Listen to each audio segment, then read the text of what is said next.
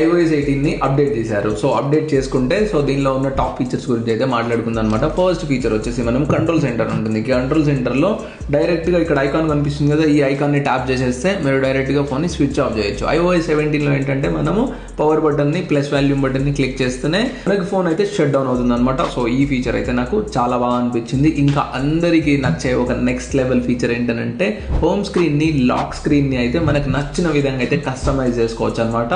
So మీకు నచ్చిన దగ్గర టైం పెట్టేసుకోవచ్చు. మన ఫోటోల్లో కూడా అయితే చాలా ఎఫెక్ట్స్ కూడా అయితే యాడ్ చేసుకోవచ్చు అనమాట. చాలా మంచి మంచి కొత్త ఫీచర్స్ ఉన్నాయి. ఇప్పుడు ఈ వీడియో చూసాక మీకు నచ్చినట్టుగా మీ హోమ్ స్క్రీన్ అయితే మీరు కస్టమైజ్ చేసుకోవచ్చు అనమాట. చాలా అంటే చాలా మంచి అప్డేట్ అని అయితే చెప్పుకోవాలి. సో థర్డ్ ఫీచర్ వచ్చేసి బ్యాటరీని చాలా కాపాడుతుంది అనమాట. ఏంటంటే దీనిలో మన బ్యాటరీ లిమిట్ పర్సంటేజ్ ఉంటుంది కదా, ఎగ్జాంపుల్గా 80 అనుకోండి, 80% మనం సెట్ చేసేసి మనం పెట్టుకోవచ్చు. సో మన ఫోన్కి ప్లగ్ ఇన్ అయినా కానీ ఛార్జింగ్ అయితే ఇంకా ఎక్కువైతే ఎక్కదు. సో ఈ